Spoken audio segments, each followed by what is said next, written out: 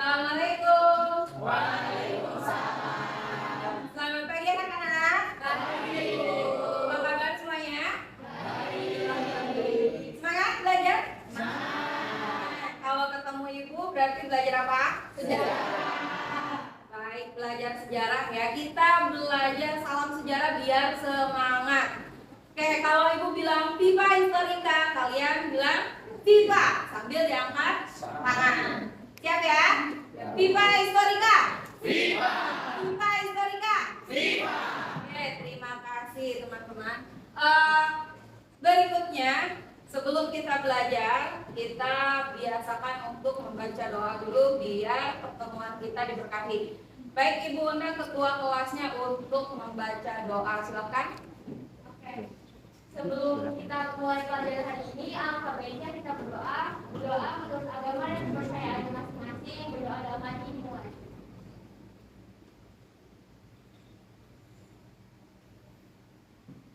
Doa selesai. Ya, terima kasih Paulen. Selanjutnya seperti biasa Ibu akan absen ya. Hari ini hadir semua? Hadir semua? Berapa orang? Ada yang sakit? Siapa yang sakit? Oh, itu kalian Wildan sama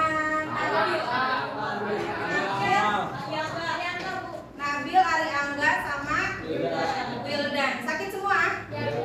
Oke, kalau sakit kita doakan semoga cepat sembuh ya mereka bertiga. Ya. Baik, sebelum itu Ibu tanya dulu nih karena kita udah terbiasa dengan hidup bersih. Sudah cuci tangan sebelum masuk? Sudah. Lalu cek meja-meja kalian di bawahnya apakah ada sampah?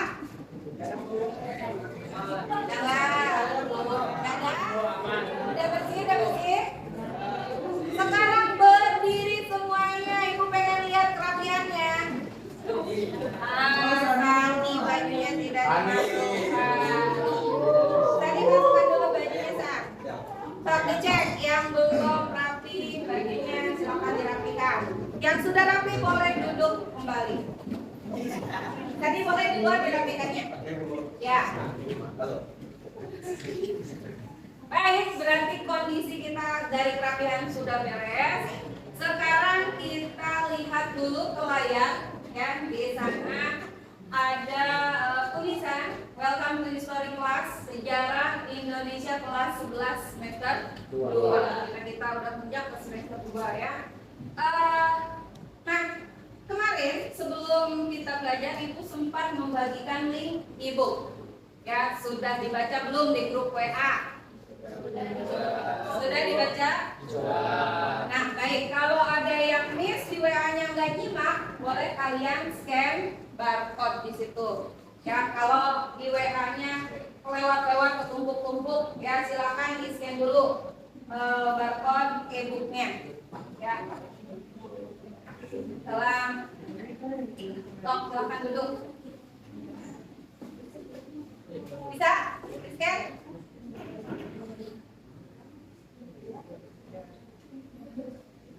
Sudah?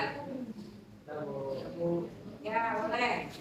Itu sebetulnya buat bahan bacaan tadi malam ya, biar kalian bisa menyimak materi yang sekarang tuh nyambung. Oke, gak apa-apa kalau yang belum sempat baca ya.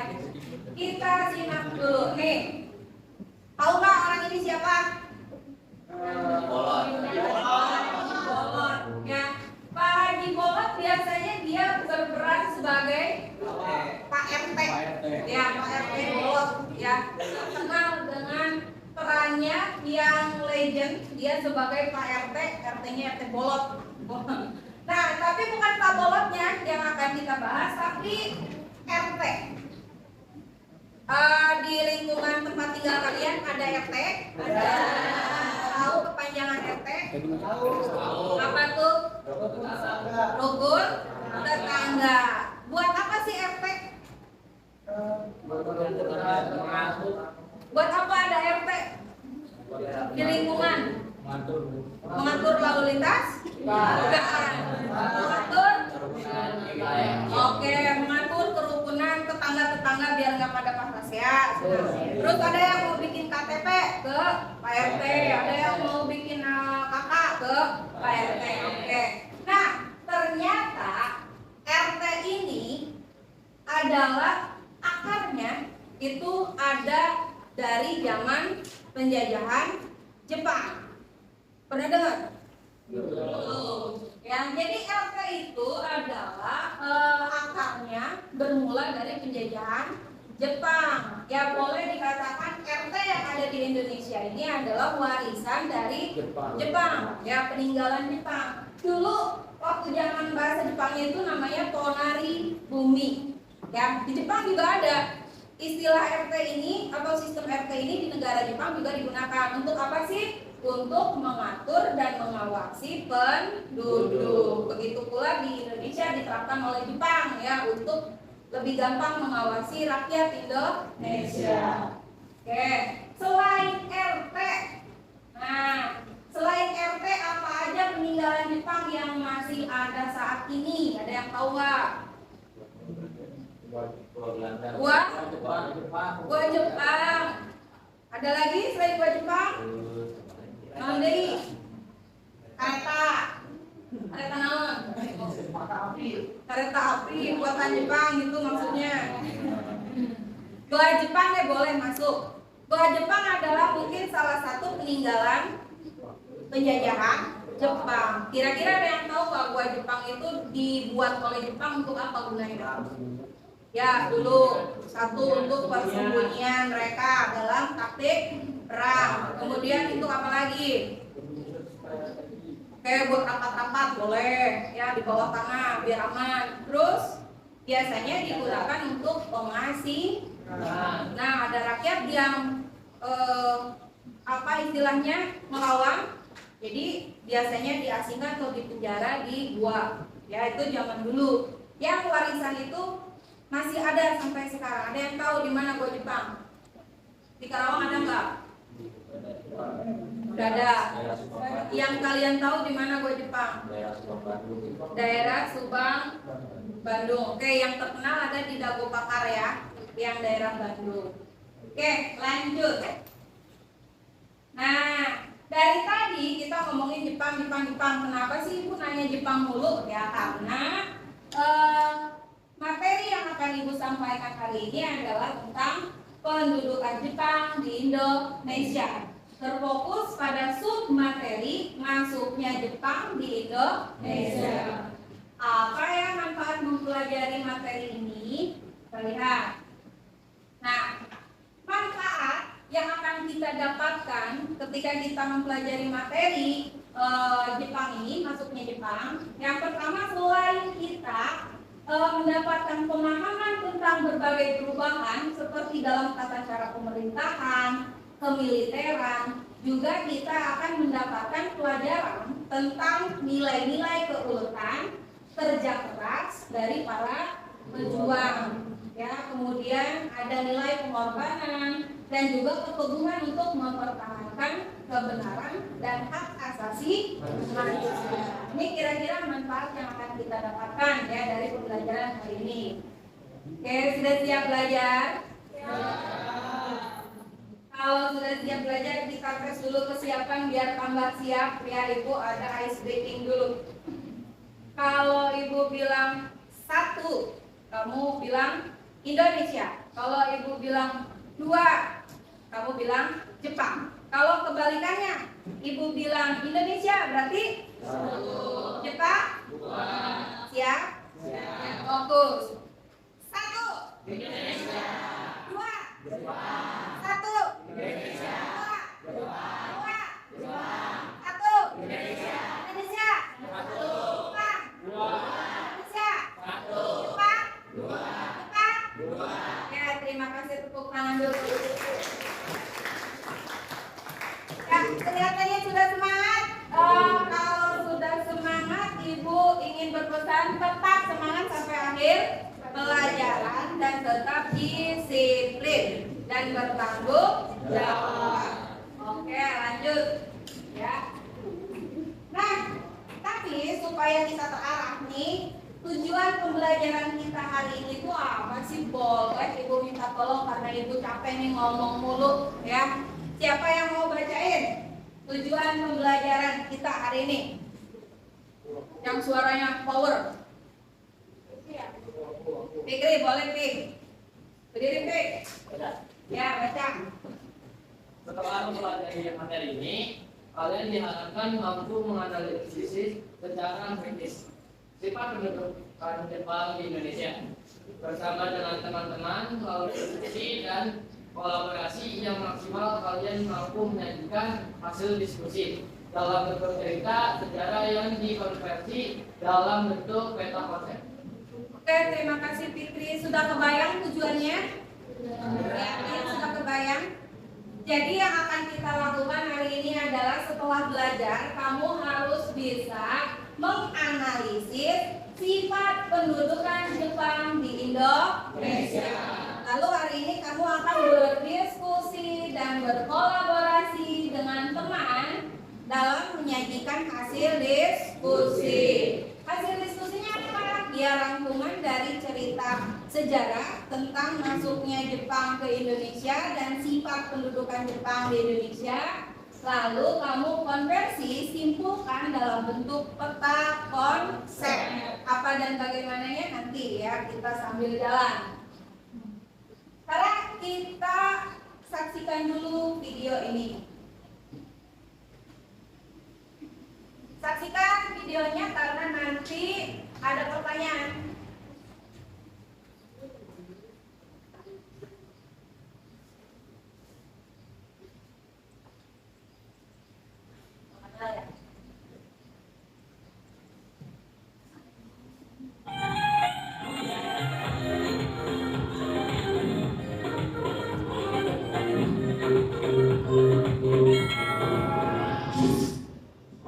Kedatangan Jepang pada tahun 1939 menerus Perang Dunia Kedua. Jepang bergabung dengan Jerman dan Italia melawan sekutu yang terdiri dari Amerika, Inggris, Belanda, dan Perancis. Dengan waktu singkat, Jepang menyerbu dan menduduki Filipina, Myanmar, Malaya, Singapura, dan Indonesia. Pada tahun 1942, Belanda menyerah kepada Jepang dan Jepang masuk ke Indonesia. Penjajahan Jepang. Pada awalnya, pasukan Jepang disambut dengan baik dan penuh harapan oleh rakyat Indonesia. Jepang dianggap sebagai pembebas bangsa Indonesia dari penjajahan Belanda. Jepang berjanji memberikan kemerdekaan. Padahal Jepang punya rencana tersembunyi. Semua kekayaan alam Indonesia diangkut ke negerinya. Jepang jauh lebih takut dan kejam dari Belanda. Penderitaan rakyat Indonesia semakin parah. Pekerja-pekerja paksa pada zaman Jepang disebut dengan Robusa. Sangat memprihatinkan. Mereka terlihat kelaparan, kurang istirahat, dan selalu disiksa oleh tentara Jepang. Para pekerja ini dipaksa untuk membangun sarana Jepang seperti jalan raya, lapangan terbang, benteng, rel kereta api, dan jembatan.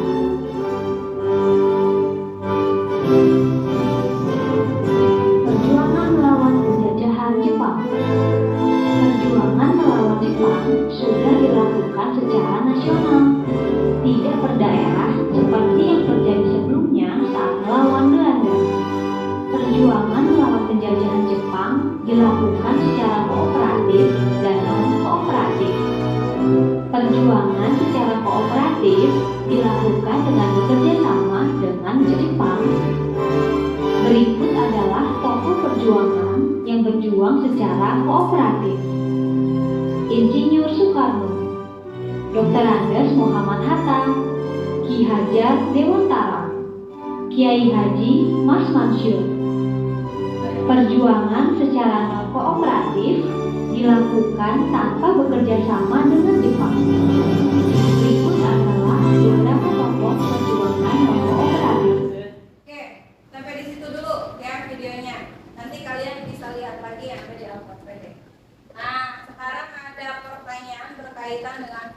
tadi. Nyimak videonya. Yakin? Ya, sekarang kalau untuk ngetes nyimak atau enggak? Pertanyaan pertama, rangkaian peristiwa apa aja yang kalian dapat amati dari video yang tadi diputar? Ayo peristiwa namanya. Apa? Kerja paksa, boleh ada ya. Tadi diceritakan ada Romusa, terus saya Nori. Kedatangan ke Jepang, terus penyerahan Indonesia dari Belanda, tantangan Jepang. Pelan-pelan. Yang pertama, Jepang datang ke Indonesia. Oke. Setelah itu pengusiran Belanda dari Indonesia dan Jepang menduduki Indonesia. Oke, Habis bagus. itu Jepang disambut baik sama orang-orang Indonesia. Iya, bagus. Terus menjelaskan lagi? keadaan bangsa Indonesia saat Jepang menduduki Indonesia. Oke, bagus. Berarti Ega nyimak ya. Oke, tepuk buat Ega.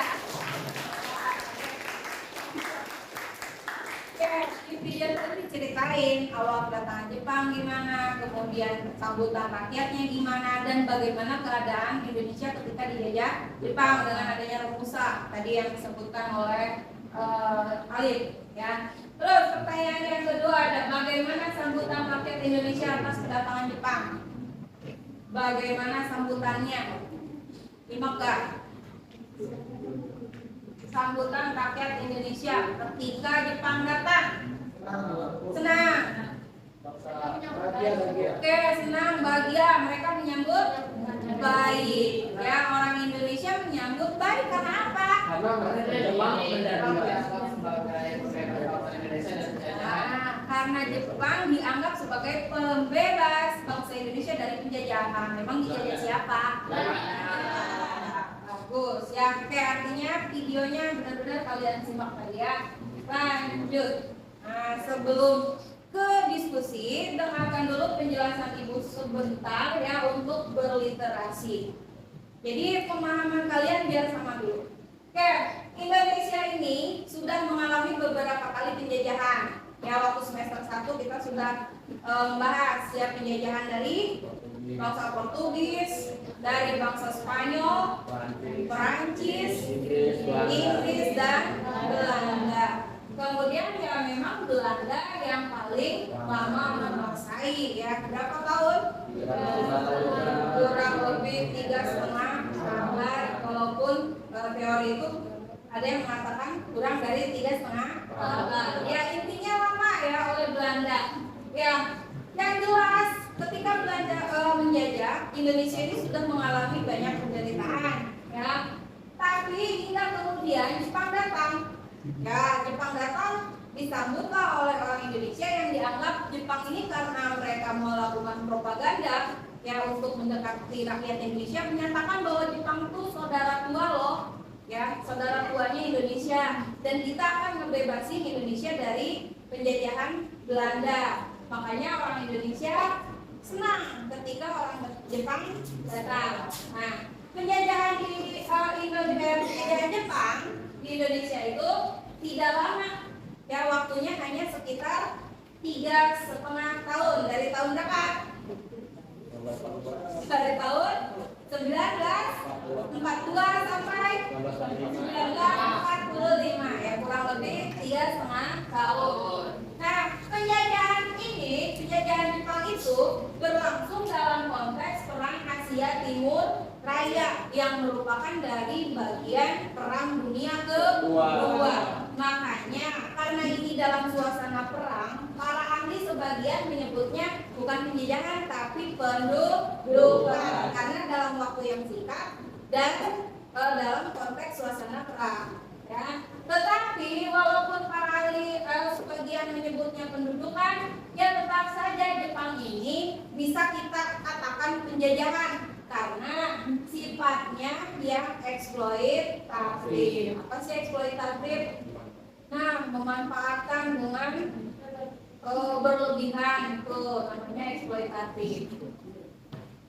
Oke, nah ini kronologis awal kedatangan Jepang itu hanya menjelaskan singkat. Nanti selebihnya kalian yang mencari tahu sendiri. Jepang datang ke Indonesia terlepas tidak terlepas dari peristiwa 7 Desember 1941 yang mana Jepang pada saat ini menyerang Pearl Harbor, yaitu apa tuh? Pangkalan militer Amerika Serikat. Di mana Pearl Harbor? Hawaii. Ya. Oke, kenapa Jepang menyerang Hawaii, Pearl Harbor? Ini akibat ulah Amerika yang membuat embargo terhadap Jepang. Ya, embargo apa? Kebutuhan perangnya, minyak bumi terutama. Ya, karena Jepang merasa dirugikan, akhirnya Jepang menyerbu atau menyerang ke Harbor. Kemudian, setelah Jepang berhasil nih menyerang ke Harbor, Amerika dulu lantak ya karena pangkalan militernya habis. Kemudian ini membuka peluang Jepang untuk ya semakin mendekati wilayah-wilayah yang diduduki oleh negara-negara Amerika, British apa? Inggris, kemudian Dutch, Belanda, kemudian Australia dan Amerika. Ya, negara-negara Abdakom namanya.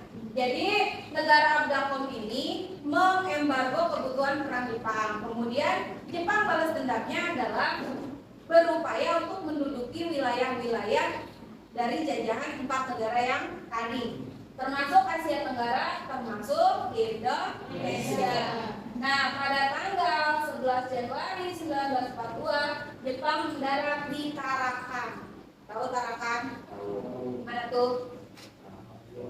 Ya. Kalimantan Timur. Ya.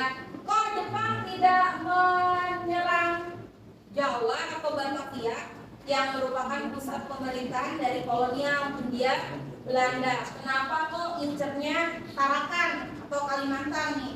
Karena Kalimantan adalah pusat minyak bumi yang mana Jepang butuh. Jadi Jepang tuh incerannya yang wilayah-wilayah yang banyak minyak buminya dulu, seperti Kalimantannya ada Tarakan, ada Samarinda, Pontianak, kemudian Balikpapan. Nah, lalu setelah Kalimantan, Jepang menguasai seberangnya Sumatera.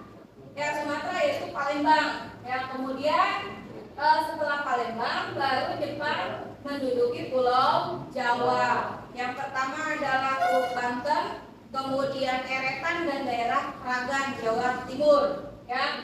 Lalu pada tanggal 8 Maret 1942 Belanda menandatangani perjanjian Kalijati dengan Jepang.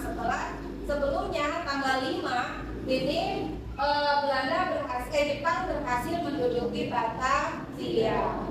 Nah, jadi dengan ditandatanganinya ini secara resmi Belanda menyerah tanpa syarat kepada Jepang. Ya, siapa nih tokohnya? Wakil dari Belanda yang menandatangani perjanjian Kalijati. Ada namanya Gubernur Jenderal Porter. Kemudian ini adalah wakil dari Jepang yaitu Jenderal Hitoshi Imamura. Nah, ini mereka ini tokoh-tokoh yang ada di perjanjian Kalijati. Oke, lanjut. Nah, sekarang saatnya kita diskusi. Ya, Ibu sudah membagi kalian ke dalam 6 kelompok biar cepat. Ya, di rumah udah Ibu bagi kelompoknya, insya Allah adil. Ya. Nah, lihat nama-nama kalian baik-baik ada di kelompok yang mana. Sudah ketemu namanya? Oke, di diskusi kali ini sebelum Ibu jelaskan langkah-langkahnya apa aja yang harus didiskusikan, sekarang duduknya sesuai kelompok dulu. Kelompok 1 boleh di sana, kelompok 2 di sana, kelompok 3 di sini, 4, 5, 6. Sediakan prinsip yang terbuka, buku.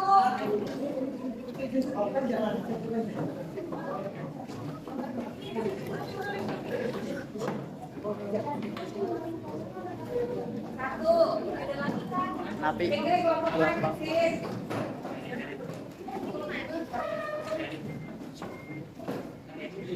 Itu buka satu dah. Sudah duduknya sesuai kelompok. Kelompok satu nih kayaknya ngantuk ini ya. Ngantuk? Kalau ngantuk kita ini dulu ice breaking kayak tadi. Satu. Jepang. Satu. Indonesia. Oke, udah ngantuk? Ya. Kelompok sudah terbentuk, berarti sekarang tunjuk ketuanya, silakan. Siapa ketuanya? Kelompok satu. Adis. Kelompok dua. Kelompok dua.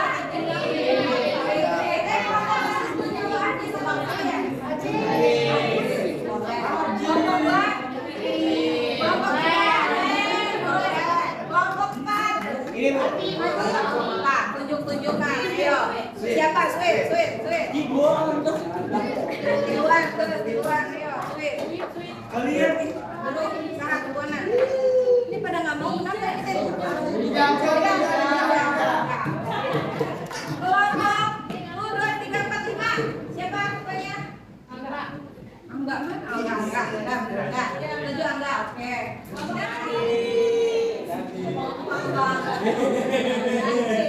Ketuanya sudah datang. Terus apa aja yang harus kita diskusikan? Itu bagikan dulu. Oh, sebentar. Sebelum ibu bagikan. Nah, nih LKPD-nya kalian bisa akses melalui scan barcode ini, ya. Di LKPD ini karena ya kenapa harus di scan? Di sini ada video, ada materi yang bisa kalian gunakan sebagai bahan untuk mencari jawaban, ya. Jadi di sini ada materinya, ada videonya, ada ya biar kalian nggak ngantuk. Kalau misalkan ada yang tidak bisa mengakses, ibu bagikan. Nggak bisa diakses. Kejauhan. Ini Bu, kesalahan. Oh iya, coba Chris bisa nggak Chris? Dari dekat sendiri. Bisa Chris? Nggak bisa. Oke, kalau nggak bisa diakses, itu ada ini LKPD-nya. Ya, di sini juga ada sih scan barcode-nya. Kalian bisa coba-coba kali aja di sini bisa. Ya, boleh dibantu Chris. Bagiin Chris ke kelompok lain.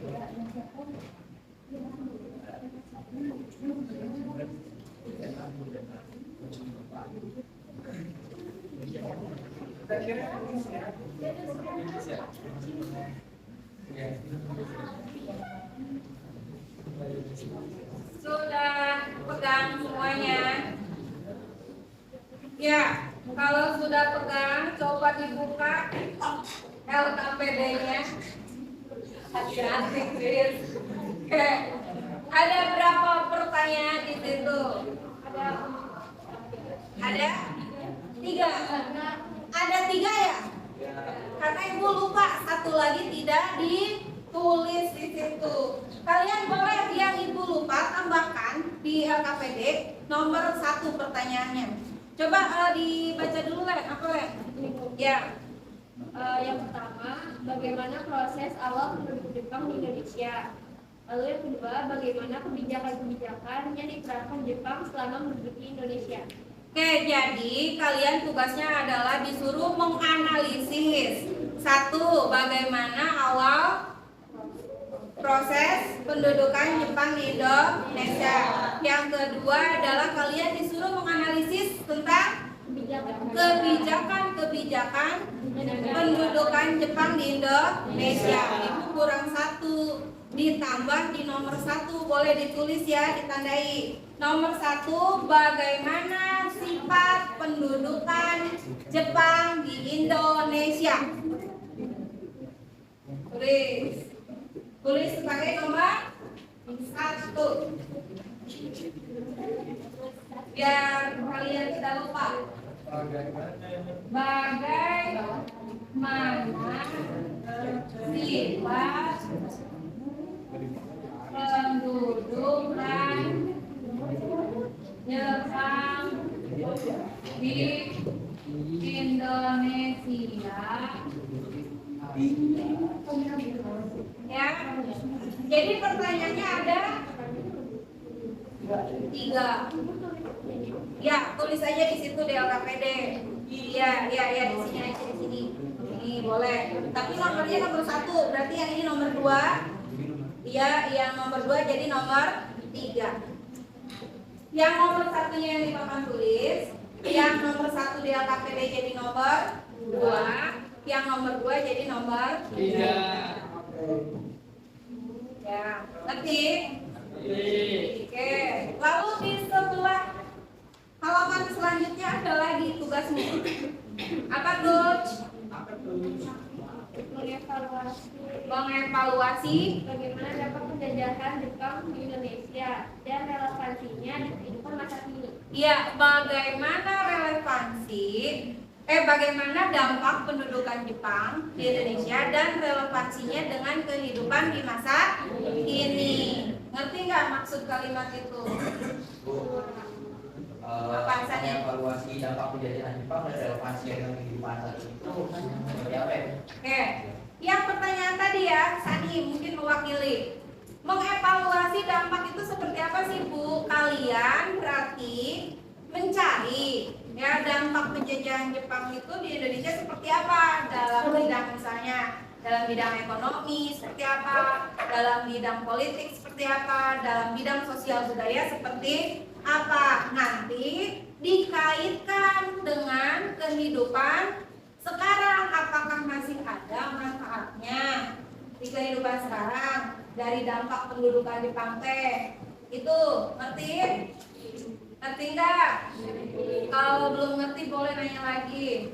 Paham? Ya, kalau sudah paham, silakan sekarang kerjakan secara berkelompok. Ibu kasih waktu 15 menit. Berarti gak usah panjang-panjang jawabannya sayangku, dirangkum saja. Apa ya? Ini kita udah langsung sama bikin peta konsep. Oh iya, dia lupa itu di halaman selanjutnya buka lagi. Ada kesimpulan. Kesimpulannya, ya kesimpulan berarti kamu menyimpulkan hasil jawaban yang tadi nomor 1, 2, 3, dan 4 dari dampak. Lalu dibuat kesimpulannya dalam bentuk peta konsep. Udah tahu peta konsep? Iya, mirip mind mapping ya. Jadi ada judul utamanya apa, ide-ide di bawahnya apa. Itu paham? Oke, kalau paham silakan diskusikan dengan kelompok kalian. Nanti Ibu sambil jalan akan membimbing. Ya, kalau ada kesulitan boleh ditanyakan ke Ibu. Langsung angkat tangan aja. Ya. Dikerjakan di situ. Ya jawabannya. Untuk sumber kamu boleh buka link yang kemarin Ibu bagikan ya di grup WA.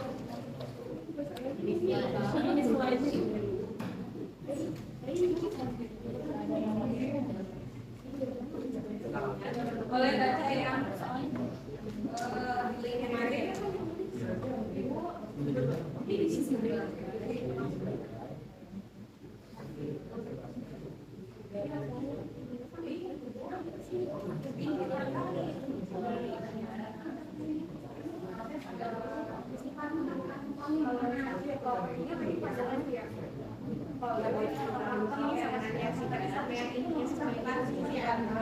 Jadi nomor 1 sifat dulu, nomor 2 awalnya, prosesnya, ketiga terus pendidikannya.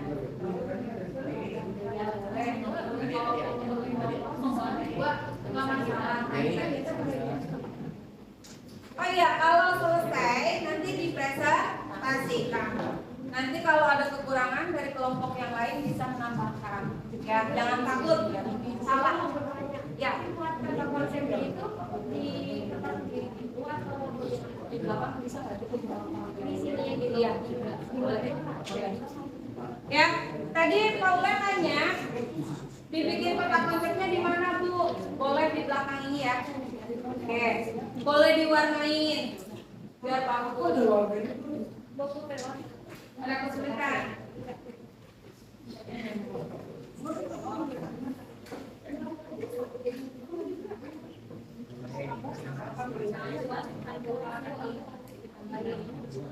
yang mau nggak ada yang apa tuh?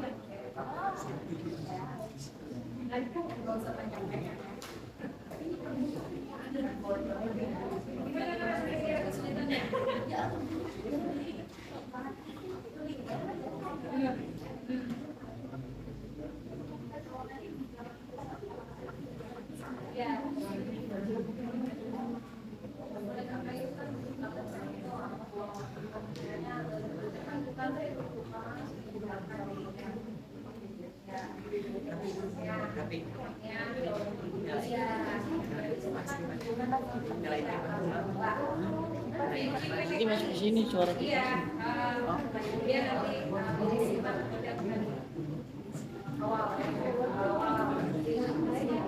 nah, poin-poinnya aja ya, singkat berarti. Terus yang kedua yang berarti dampak,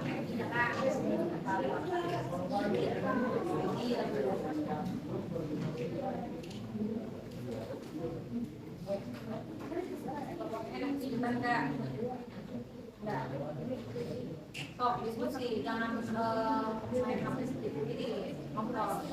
Gimana?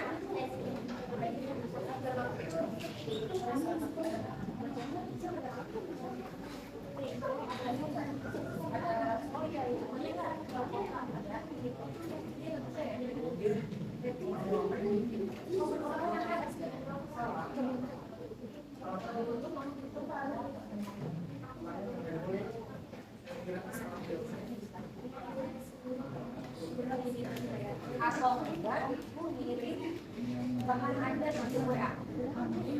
Coba lihat di WA-nya. WA-nya.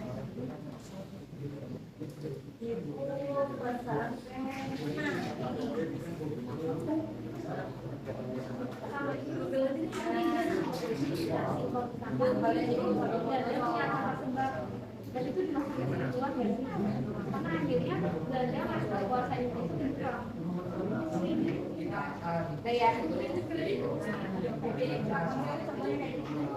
Nah, lihat sini ya.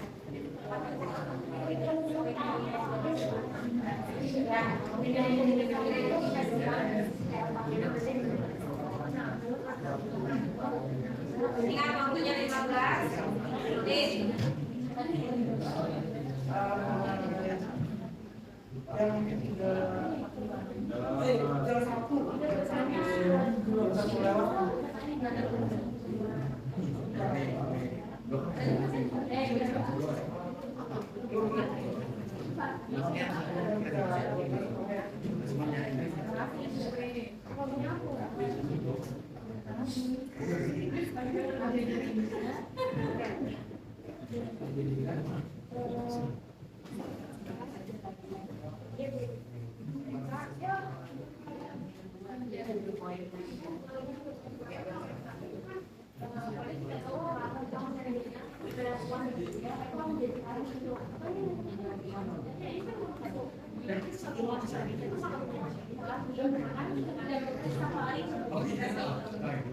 Oh gini, jadi awal dia datang, nanti setelah dia di pengasaman kedatangan, dia mau masuk Indonesia, dia tidak bakar berubah.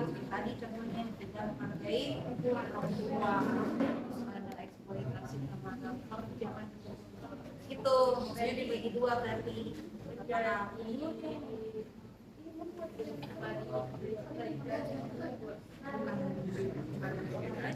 cuma superior dari 45 doang, jadi nggak ada balik lagi belajar, cuma menguasai uang jajan. Sekarang waktu diskusinya sudah habis, silakan kelompok mana yang akan sudah selesai. Maju kelompok mana? Kelompok 1 dulu katanya. Yuk, silakan. Yes.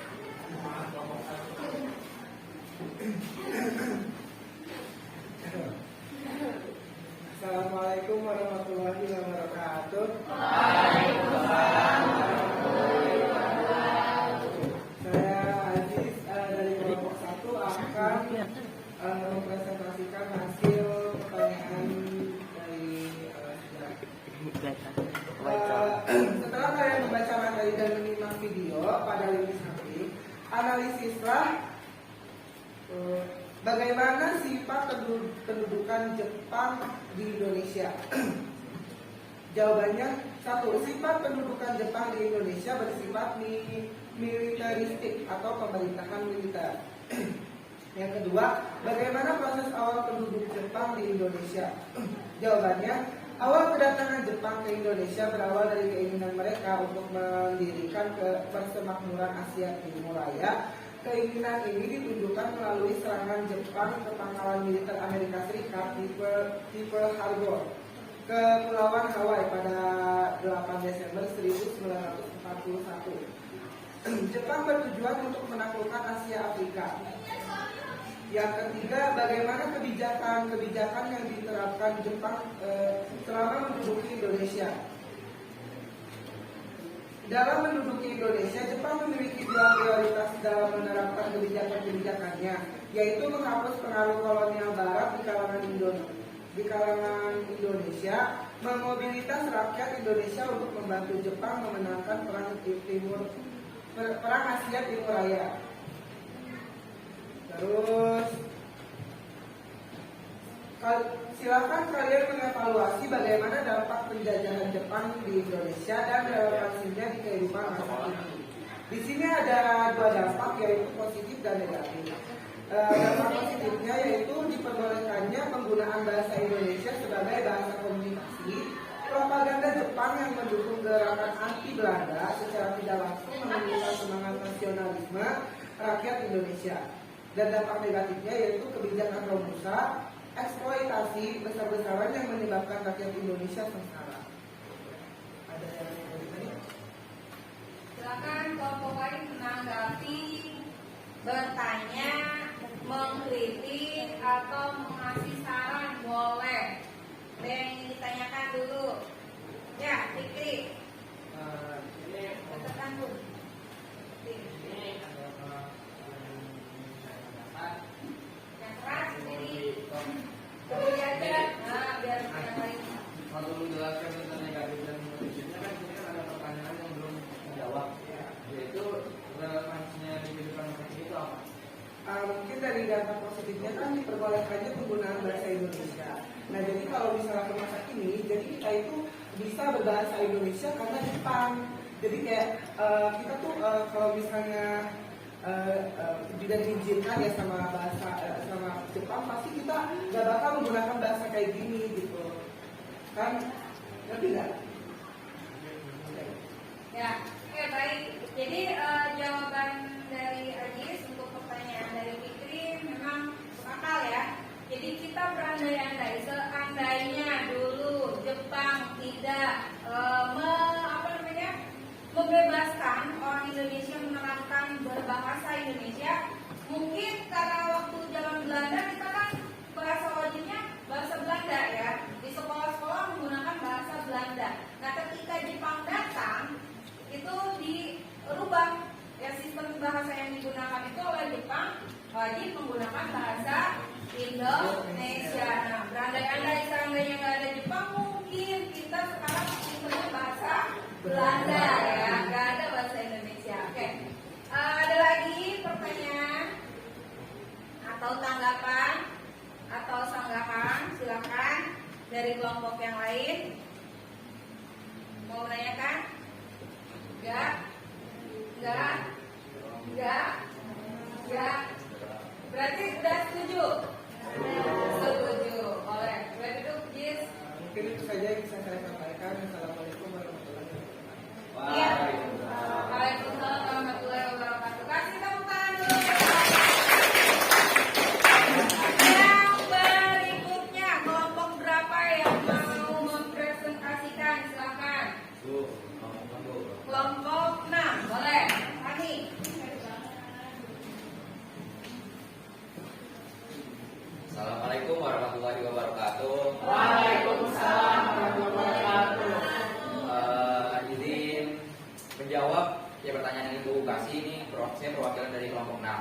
Yang pertama itu pertanyaannya bagaimana sifat kependudukan Jepang di Indonesia. Sifatnya itu bersifat eksploitatif, yaitu Jepang memanfaatkan masyarakat Indonesia secara berlebihan dan merugikan. Kemudian pertanyaan kedua itu bagaimana proses awal pendudukan Jepang di Indonesia. Proses awalnya itu pertama Jepang mendirikan Persemakmuran Asia Timur Jaya. Keinginan ini ditujukan melalui serangan Jepang ke pangkalan militer Amerika Serikat di Pearl Harbor, Kepulauan Hawaii pada 8 Desember 1945. Jepang itu punya tujuan menaklukkan Asia Pasifik. Kemudian pertanyaan ketiga itu bagaimana kebijakan-kebijakan yang diterapkan Jepang selama menduduki Indonesia.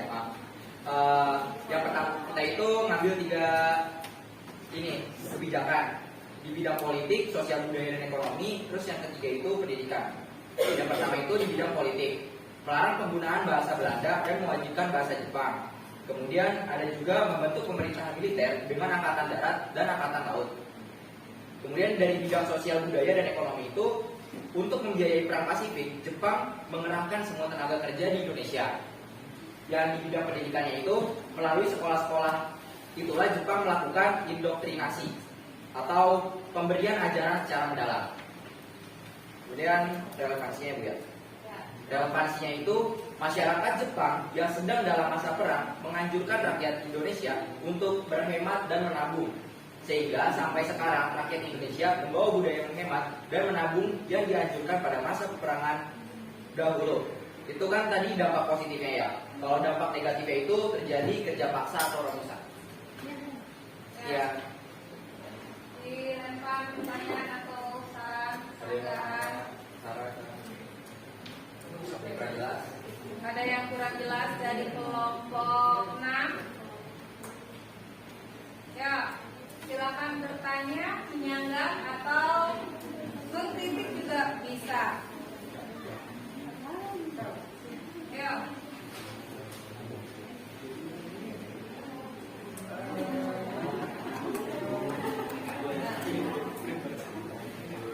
Ya, kelompok ini warnanya oleh.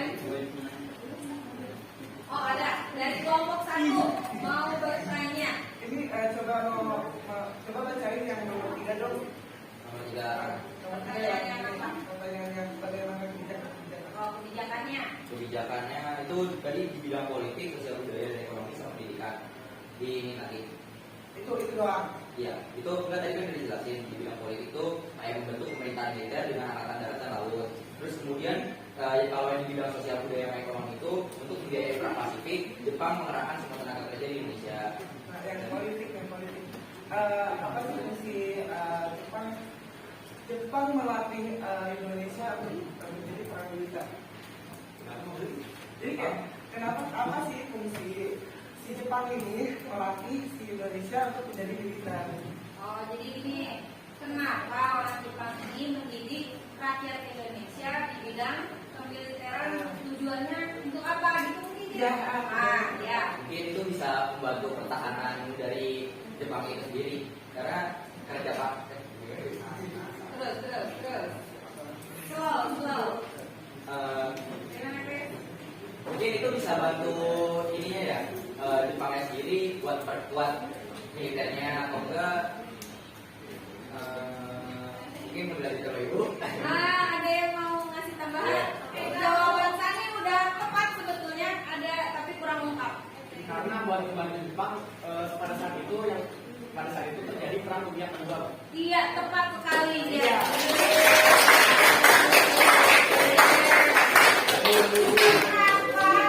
Jepang itu mendidik rakyat Indonesia keras di bidang militer. Ya karena tujuannya itu tadi, karena si Jepang itu lagi perang, ya perang Asia Timur Raya. Jadi tujuan dia ke Indonesia tertariknya karena penduduk Indonesia itu banyak, ya jadi bisa diberdayakan untuk membantu menjadi alat perang gitu ya, jadi membantuin ketentaraan Jepang gitu ya, bisa diberdayakan. Kira-kira begitu jawabannya. Ya betul sekali kata Ega tadi ya. Ada lagi pertanyaan? Oleh? Gak ada. Kerja? Kelompok kerja? Oke, kalau tidak ada berarti cukup untuk kelompok 6. Sani silakan ditutup. Ya, mungkin segitu aja yang bisa kelompok kita sampaikan, kelompok kita kasih pemaparan. Jadi ya udah, assalamualaikum warahmatullahi wabarakatuh.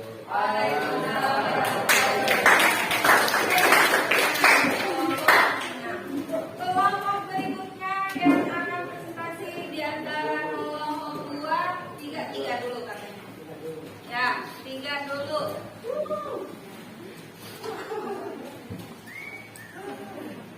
Oke. Assalamualaikum warahmatullahi wabarakatuh. Ini saya Sabrina Khadijah bakal menjawab hasil kerja kelompok kami. Mulai dari yang pertama, bagaimana sifat penduduk Jepang di Indonesia? Oke, pada awalnya memang sifat saya itu baik, mempropagandakan bahwa kedatangan itu untuk membebaskan rakyat Indonesia dari ancaman penjajahan bangsa Belanda.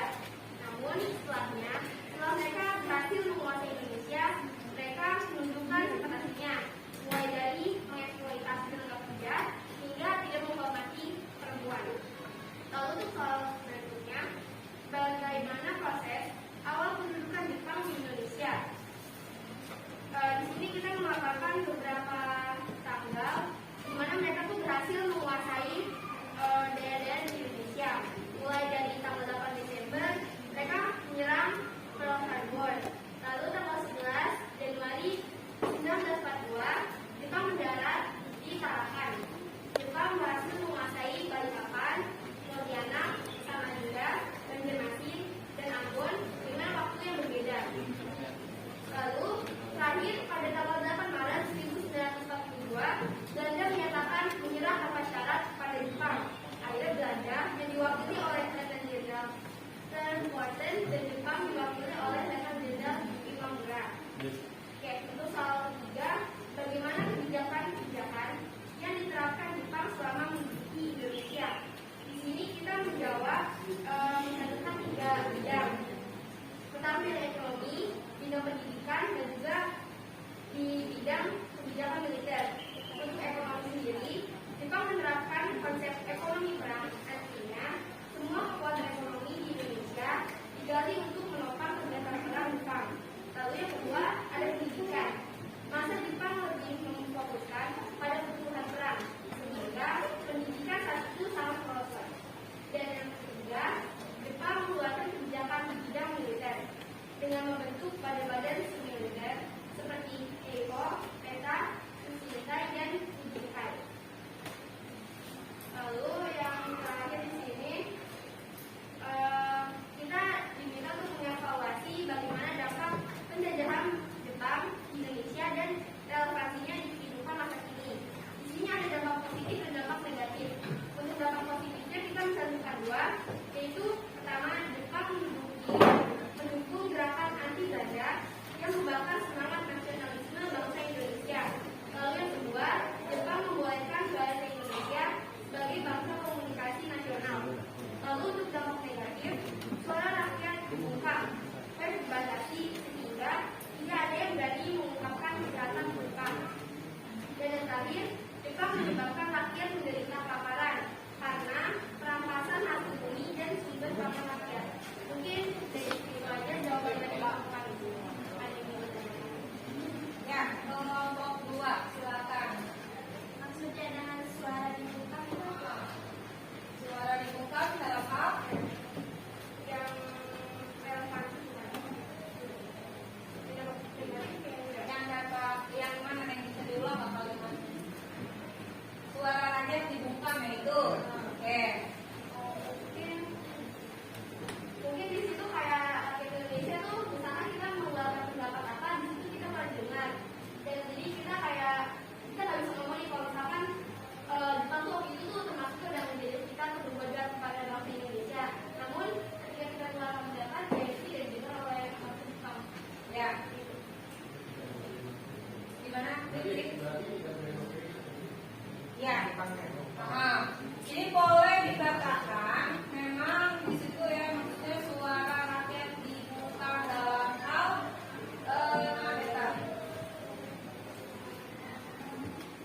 Ya,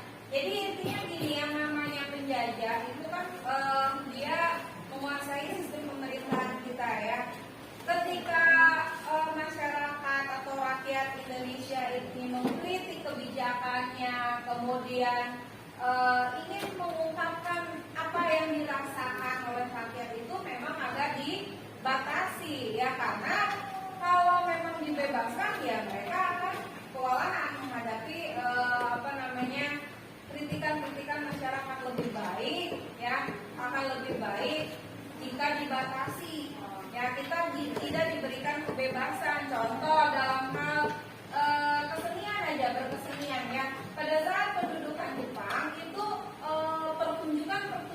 seni pertunjukan itu dibatasi, harus ngomongin apa aja ya, jadi jangan menyinggung pemerintahan Jepang. Kalau ada yang menyinggung pemerintahan itu bisa saja langsung ditindak ya, ada yang diasingkan, ada yang dipenjara ya, ada bahkan juga kalau memang dianggapnya itu akan menyebarkan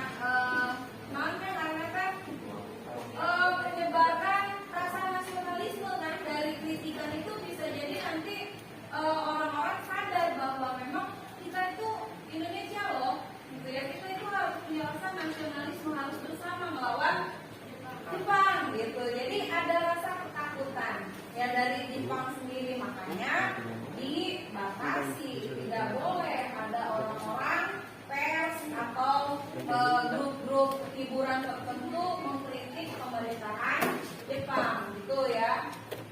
Ada lagi? Cukup mana? Boleh 5 menit doang ya. Oke, mungkin cukupnya dari kelompok kami. Terima kasih perhatiannya. Wassalamualaikum warahmatullahi wabarakatuh. Waalaikumsalam. Ya, tepuk tangan untuk biar selingan dulu, biar tetap semangat dan tidak ngantuk. Yuk, kita ice breaking dulu. 1,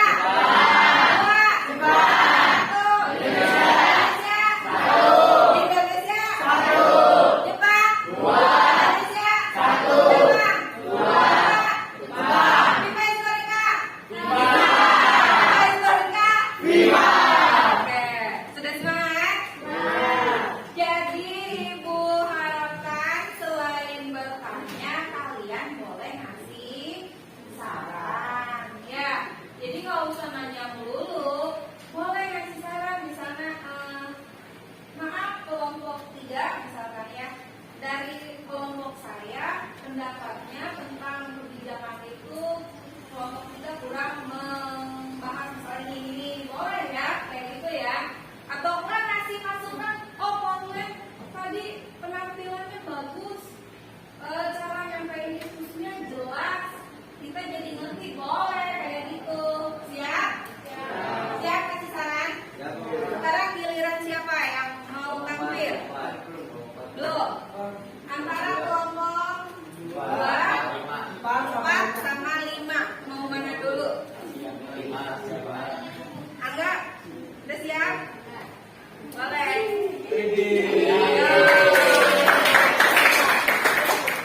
Ibu kasih ini deh tugas ya, biar diskusinya lebih hidup. Kelompok 1 bagian mengomentari penampilannya. Ya. Kelompok 2 bagian bertanya. Berarti harus menyimak. Kelompok 3 bagian ngasih beda pendapat. Nah, kelompok 4 ngasih apa ya?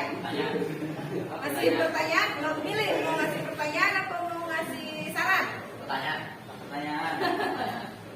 Kasih saran nggak Kelompok sih? kita saran. Oke, kelompok 6 saran. Kamu apa? Bertanya. Oke, bertanya. Siap ya? Tadi kelompok 1 apa? Tadi kelompok 2 bertanya. Kelompok 3 perbedaan pendapat. Kelompok 4 bertanya. Kelompok ini saran. Biar semuanya aktif. Oke, ready? Ya. Suaranya keras ya. Setelah membaca materi dan menyimak video pada bersamping, saya menjawab bagaimana sifat penduduk Jepang di Indonesia, yaitu bersifat militeristik. dan manipulatif. Yang kedua, bagaimana proses awal pendudukan Jepang di Indonesia. Berawal dari keinginan mereka untuk mendirikan kemakmuran Asia Tenggara, keinginan ini ditunjukkan melalui serangan Jepang ke pangkalan militer Amerika Serikat di Pearl Harbor, Kepulauan Hawaii pada 8 November 1941. Yang ketiga itu bagaimana kebijakan-kebijakan yang diterapkan Jepang selama menduduki Indonesia, yaitu menghapus pengaruh kolonial Barat di kalangan rakyat Indonesia, mobilitas rakyat Indonesia untuk membantu Jepang memenangkan perang Asia Tenggara.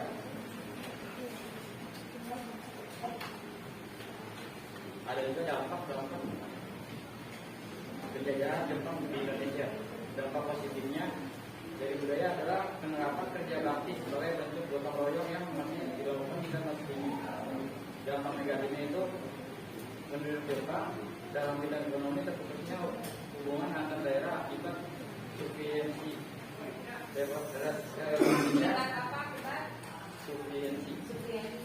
relasinya menjadikan masyarakat Indonesia selalu melaksanakan gotong royong untuk mencapai tujuan bersama. Sudah, Pak? Ya, silakan dilempar.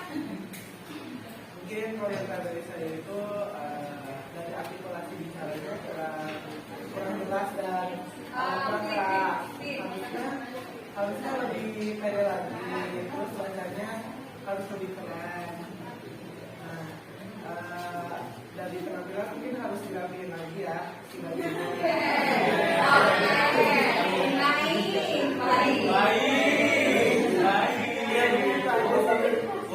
Anda gimana menerima Pak? Masukannya? Tahan dulu. Tahan dulu nih. Anda menerima masukan dari kelompok 1 ya? Oke, baik ya. Tidak sakit hati kan? Tidak? Oke, ini demi kemajuan ya. Saran Menurut saya harusnya kalau presentasi itu lihat audiensnya jangan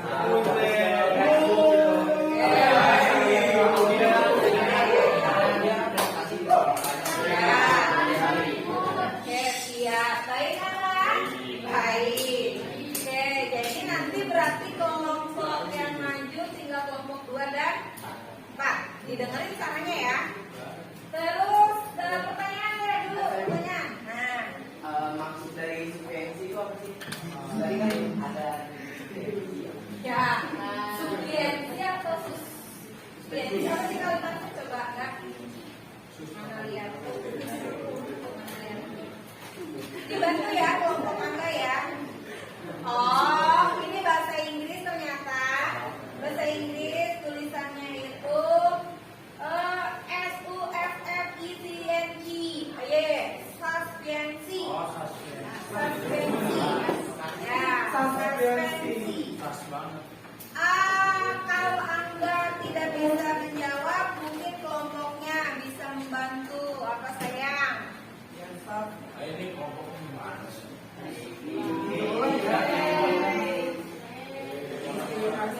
Apakah coba lihat lagi, Ibu?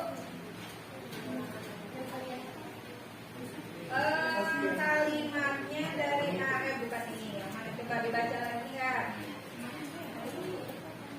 Ternyata kalimat antar daerah akibat dari suspensi. Apa sih? Ketemu nggak? Ada. Nah, terjemahannya apa? artinya kecukupan. Mungkin kecukupannya tahu kecukupan apa. Arti suspensi katanya kecukupan.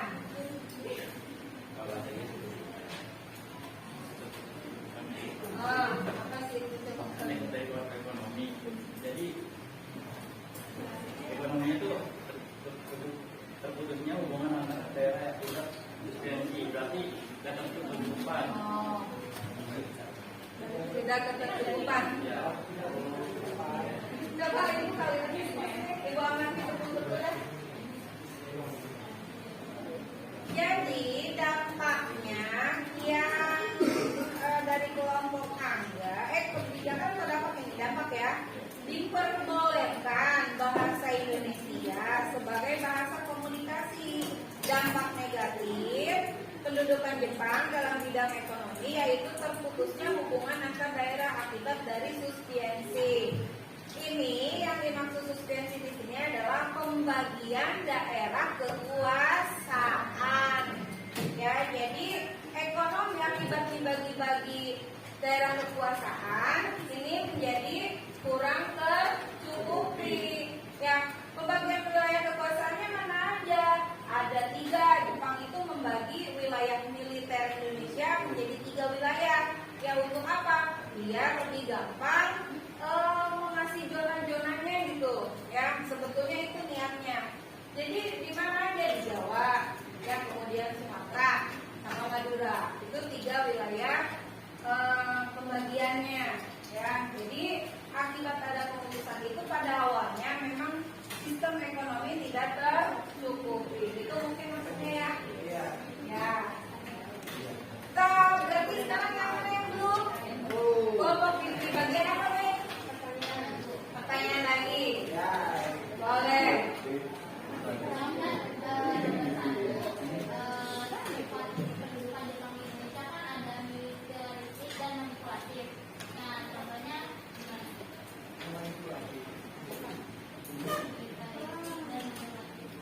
Militeristik sifatnya bersifat militeristik dan manipulatif.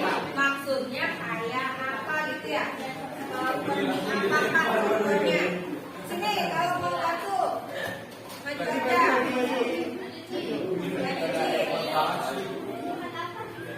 Bersifat manipulatif dan bersifat militeristik. Yang lain juga boleh bantu, bukan dikumpulkan ke kelompok 5 saja. Yang tahu jawabannya boleh bantu. Bersifat militeristik itu apa sih? Dan manipulatif itu apa sih? Kalau dilihat dari arti katanya itu gampang tuh sebenarnya. Militeristik. Mantap. Bersifat militeristik berarti sifatnya kemiliteran. Ya, sifat pendudukan Jepang ini kemiliteran. Gimana maksudnya?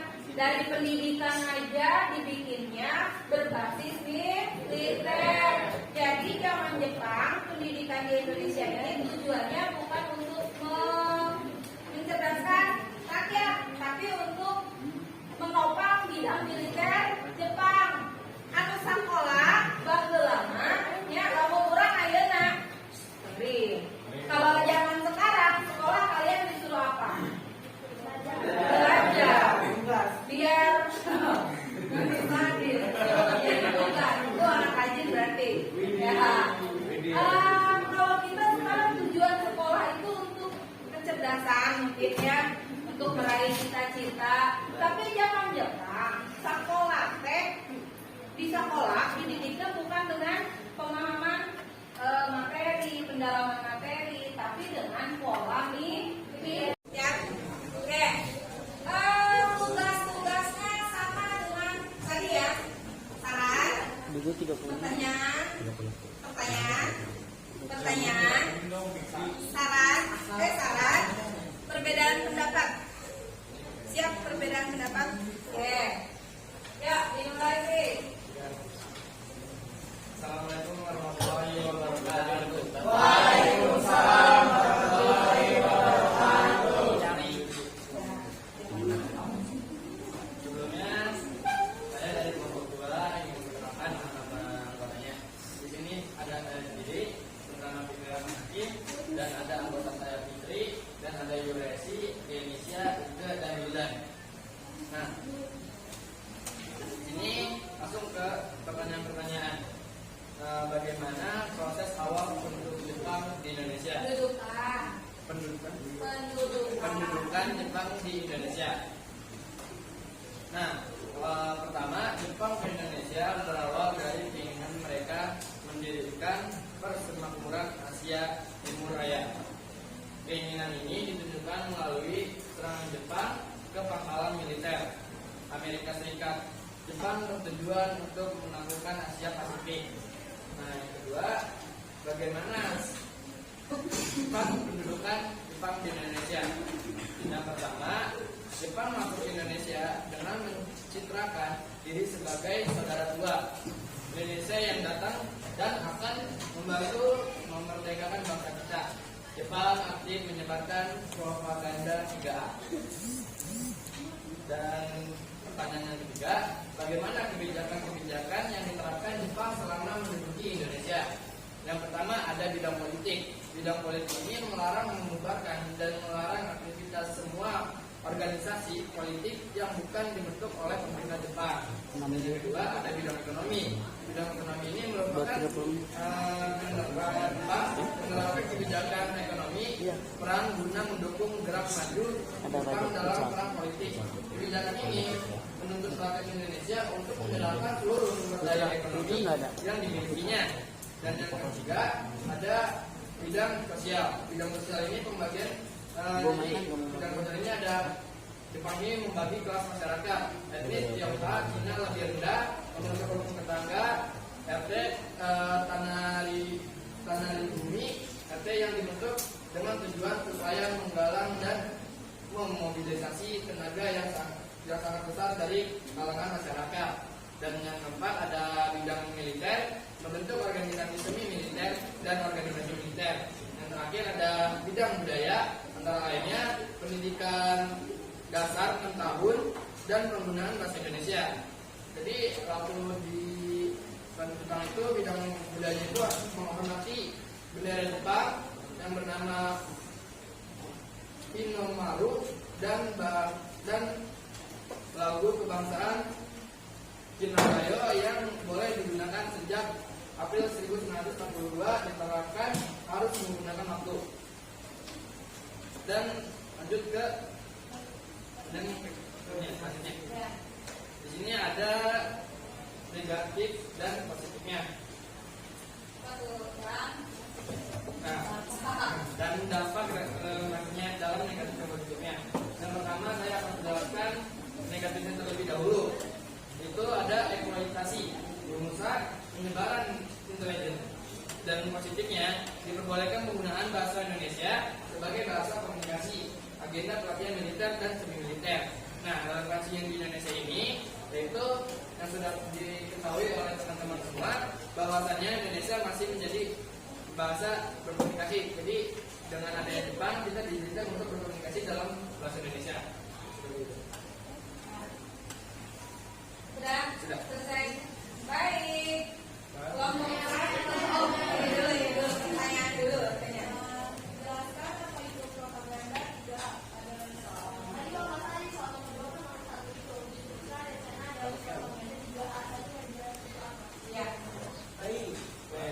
Pertanyaan dari kelompok 3, apa itu propaganda 3A? Silakan. Oke, yang menjawab propaganda 3A itu ada satu mungkin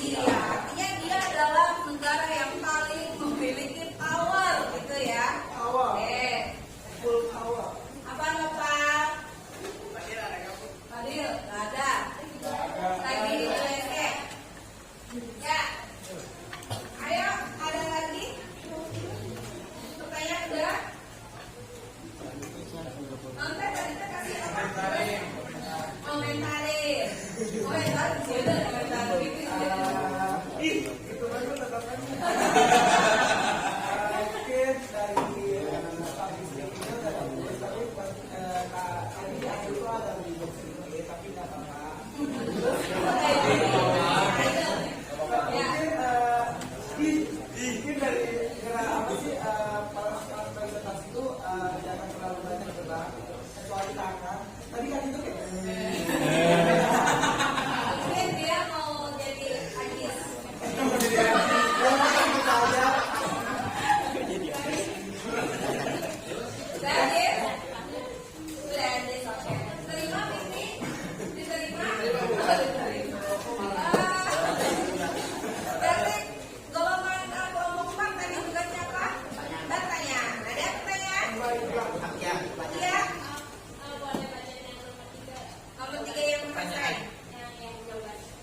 Yang dampak, yang sifat, atau yang kebijakan, yang terakhir. Dampak, berarti ya. Ya. Dan negatif semuanya. Oke, pertama ada negatifnya yaitu eksploitasi besar penyebaran intelijen. Dan positifnya diperbolehkan penggunaan bahasa Indonesia sebagai bahasa komunikasi, agenda pelatihan militer dan semi militer. Dan relevansinya dalam Indonesia ini, bahasa Indonesia masih menjadi bahasa untuk berkomunikasi. Yang mana? Yang mana? Yang mana ayo? Itu tanya ada organisasi militer dan semi militer. Ada yang tahu Pak? Hah? Bedanya apa? Cina, terpancing dia. Ya. Bedanya organisasi militer dan semi militer. Jadi kalau mereka tuh kayak dia mungkin sekarang ya. Itu yang sudah jadi anggota militer atau misalnya ini, sedangkan militer itu yang belajar. Boleh. Pendapat bebas. Semi militer anu terjun karena militer. Semi militer anu takarek belajar. Oh, boleh. Ada yang mau melengkapi? Nah, bedanya ada nggak yang kelompoknya mengerjakan bidang militernya, disebutin organisasi militernya apa aja, semi militernya apa aja, kelompok lain. Organisasi militer itu dia otomatis organisasi yang dibentuk Jepang untuk kepentingan militer perang. Kalau organisasi semi militer berarti dia organisasinya setengah militer, ya, lebih ke organisasi sosial, ya, organisasi sosial. Contohnya apa sih? Organisasi militer bentukan apa?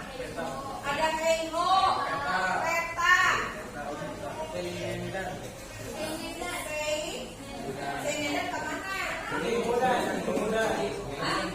Barisan pemuda, ya, KEIHODAN, barisan pembantu polisi. Kalau yang semi militer ada organisasi apa aja? Ada yang menjadi nggak? Ada Fuzinskai, himpunan wanita. Untuk apa sih? Ya bansos gitu ya. Terus ada Susintai. Terus mandiri Jawa Mompokai sama Hizbullah. Hizbullah organisasi berbasis agama Islam. Karena Jepang untuk meraih simpati, jadi ngebolehin mendirikan organisasi Islam yang notabene memang rakyat Indonesia sebagian besar memeluk agama Islam, supaya disimpatiin aja gitu sama ternyata organisasi Islam boleh loh gitu ya. Ada lagi yang tugasnya belum. Nah, kelompok ini tugasnya memberikan saran. Jadi sarannya apa untuk Fikri? Apa San? Tadi sih puji dulu. Ya, puji dulu. Tadi udah bagus, ada beberapa yang ditebangin, cuman itu nggak semuanya yang ditebangin. Jadi misalkan dia cukup itu ya jelasin dulu ya, jelasin lagi benar yang ditebangin. Terus kayak lebih enak juga kalau di pembicaraan itu dikasih kesimpulannya. Jendela gitu. Kesimpulan Baik. Dikembangin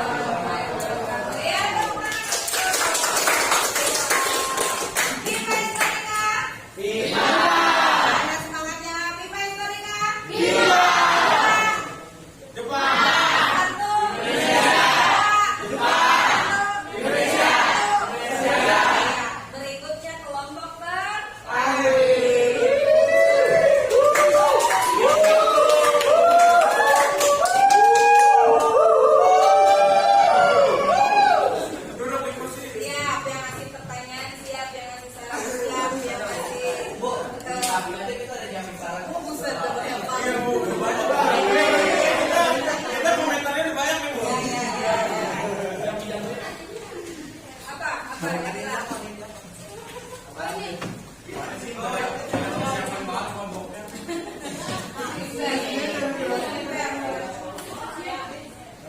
Assalamualaikum warahmatullahi wabarakatuh. Saya Riza Biasa dari kelompok kelas akan mempresentasikan tugas sejarah. Setelah kalian membaca materi dan menyimak video pada lini samping, analisislah. 1. Bagaimana proses awal yang itu ya, Bu? 1. Bagaimana sifat pendudukan Jepang di Indonesia? Jepang bersifat militeristik atau pemerintahan militer. Pertanyaan yang kedua, bagaimana proses awal pendudukan Jepang di Indonesia? Proses awal pendudukan Jepang di Indonesia karena awalnya Jepang mendirikan persemakmuran Asia Timur Raya dengan cara Jepang menyerang pangkalan militer Amerika Serikat di Pearl Harbor, Kepulauan Hawaii pada Desember 1941. Jepang bertujuan untuk menaklukkan Asia Pasifik. Pertanyaan yang ketiga, bagaimana kebijakan-kebijakan yang diterapkan Jepang selama menduduki Indonesia? Jepang melakukan kebijakan dengan melarang penggunaan bahasa Belanda dan mewajibkan menggunakan bahasa Jepang. Terus yang terakhir, dampak dan implikasinya. Akibat banyak rakyat Indonesia yang menderita karena adanya kerja paksa yang dilakukan oleh Jepang, dampak positifnya rakyat Indonesia jadi memperoleh kesempatan untuk belajar tentang hal-hal yang berkaitan dengan militer. Dampak negatifnya eksploitasi dan besar-besaran sehingga rakyat Indonesia sengsara. Selama masa penjajahan Jepang, rakyat banyak mengalami tekanan dan penderitaan akibat sistem yang eksploitatif dan kelam. Meskipun demikian, penjajahan Jepang di Indonesia juga meninggalkan dampak positif yang masih dapat dirasakan hingga saat ini. Misalnya dalam bidang pertanian dengan diperkenalkannya sistem larikan menanam mengikuti garis lurus dalam penanaman padi. Selain itu, pada masa penjajahannya Jepang yang sedang dalam suasana perang menganjurkan rakyat Indonesia untuk berhemat dan menabung. Ya. Sudah? Ya, siapa yang mau pertama memulai tugas? Ya, kelompok 2. Kelompok 2 berarti bertanya. Silakan. Ini bertanya, ada yang pakai yang dalam itu ada eksploitasi besar-besaran. Apa yang jadi eksploitasi besar-besaran?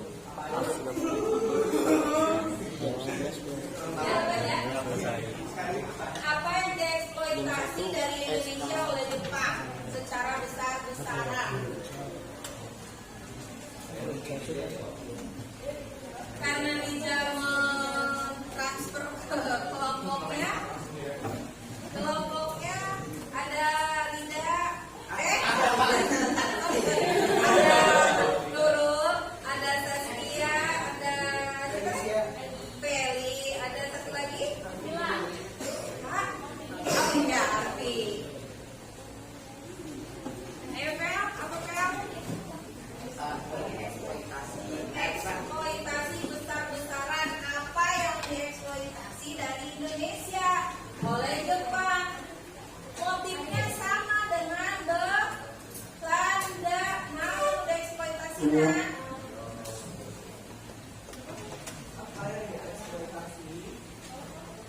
Walaupun ada perbedaan sedikit ya, sama tapi beda. Nah, yang dieksploitasinya apa? Sani?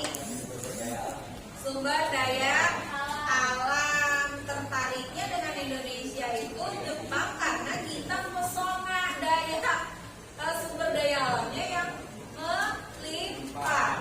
Tapi beda dengan Belanda. Kalau Belanda dia lebih tertarik ke hasil perkebunan, lautan, setona, congkeh, rempah, gitu ya. Kalau Jepang lebih tertarik ke kebutuhan perang. Sumber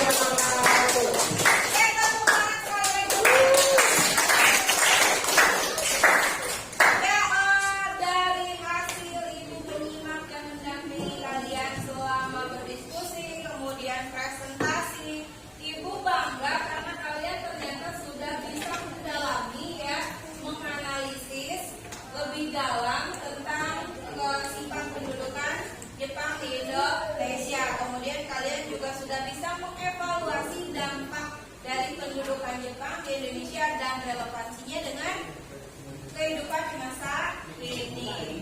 Ya,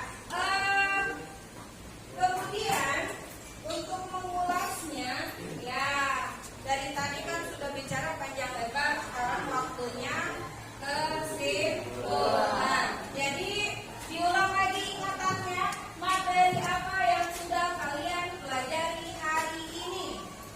Saya tahu. Sani, Materi yang disebut itu kita belajar awal kedatangan Jepang masuk ke Indonesia. Ya, betul. Terus kebijakan pendudukan Jepang terhadap Indonesia. Ya. Kemudian ada dampak-dampak pendudukan Jepang di Indonesia. iya bagus sekali. Ya, tadi Sani bilang ada awal kedatangan Jepang di Indonesia. Tadi kalian sudah mengerti latar belakangnya apa? Ayo kedatangan Jepang ke Indonesia tuh. Karena ingin mendirikan persemakmuran. Persemakmuran apa? Asia Timur Raya di bawah kendali Jepang. Kemudian kebijakannya ada kebijakan di bidang politik, di bidang ekonomi, di bidang pendidikan dan sosial budaya. Kemudian dampaknya ada dampak Positif dan positif dan negatif. Dampak positifnya apa? Banyak tadi ya, dari kemiliteran Indonesia jadi disiplin, ya kemudian dari pertanian Indonesia mengenal pertanian garis lurus, menanam di dalam garis lurus atau disebut juga larikan. Ya kemudian dalam itu tuh yang lagi caranya apa? Berhemat, menabung, itu juga termasuk dampak positif yang ditularkan dari budaya Jepang ke orang Indonesia. Terus dampak positif lainnya dalam bidang bahasa apa nih? Kita boleh menggunakan bahasa Indonesia. Kalau dampak negatifnya kok dicari tahu banyak ya. Dampak negatifnya ya menimbulkan penderitaan bagi bangsa bangsa Indonesia.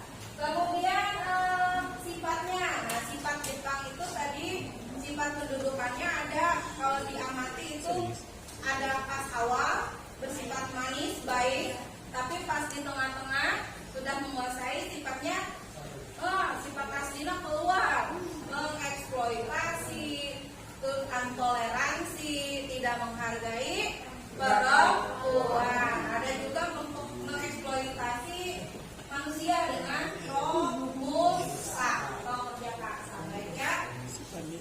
Nah, sekarang tiba ke kesimpulan nilai apa yang bisa kita maknai dari pembelajaran hari ini. Dari materi Jepang ini kita bisa belajar apa yang bisa kita terapkan di kehidupan sehari-hari. Kerja keras. Kerja keras terinspirasi dari